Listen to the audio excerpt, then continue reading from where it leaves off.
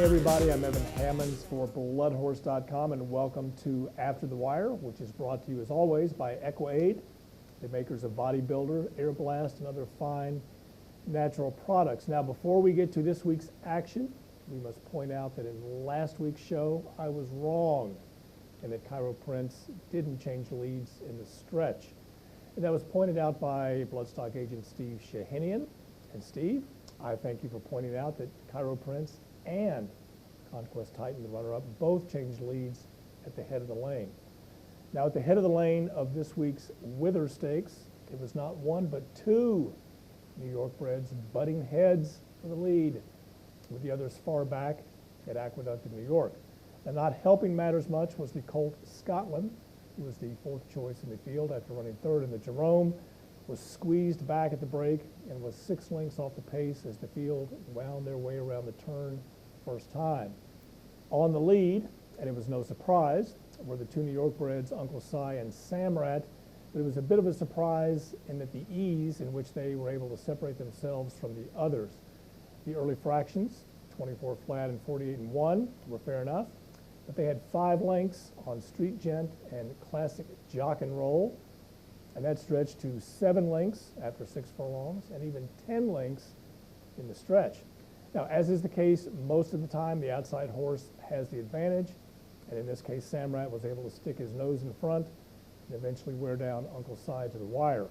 Now, a final 16th of a mile and 7 and 1 isn't exactly star material, but the son of Noble Causeway is unbeaten, and he'll get a true test next time, whether he races in New York again or perhaps even in Louisiana for the Louisiana Derby.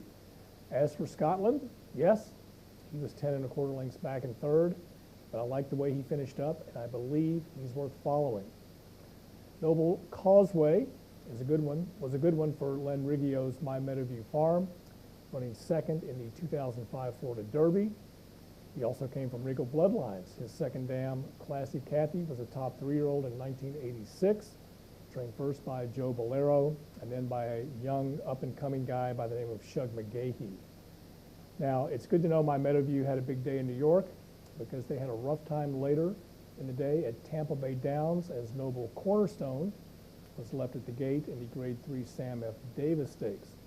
Watching the Davis unfold, there is a reason these things are called prep races. This race took more twists and turns than a Phil Necro knuckleball. Vinceremos and Cousin Stephen were cruising on the lead at one moment, and then the next moment, Vinceremos and Edgar Prado seemed to back out of it. Asserting Bear and School on a Hill both made decent middle moves, while a hot choice Harpoon was toiling on the rail several lengths off the pace.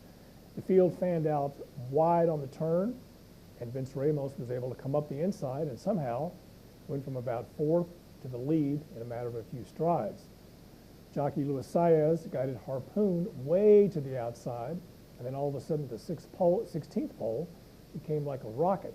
And he looked like he was going to blow by, but lost momentum in the last few jumps. It was a real tangle at the wire, with Vinceremos getting the win over Harpoon, with Cousin Stephen somehow hanging on for third.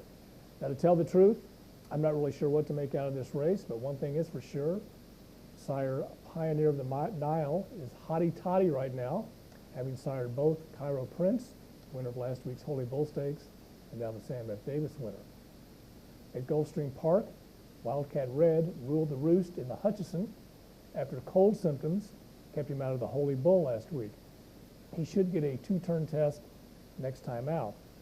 Next time out on After the Wire, we'll look at the Don Handicap and the other races from Gulfstream Park and the Robert B. Lewis from Santa Anita.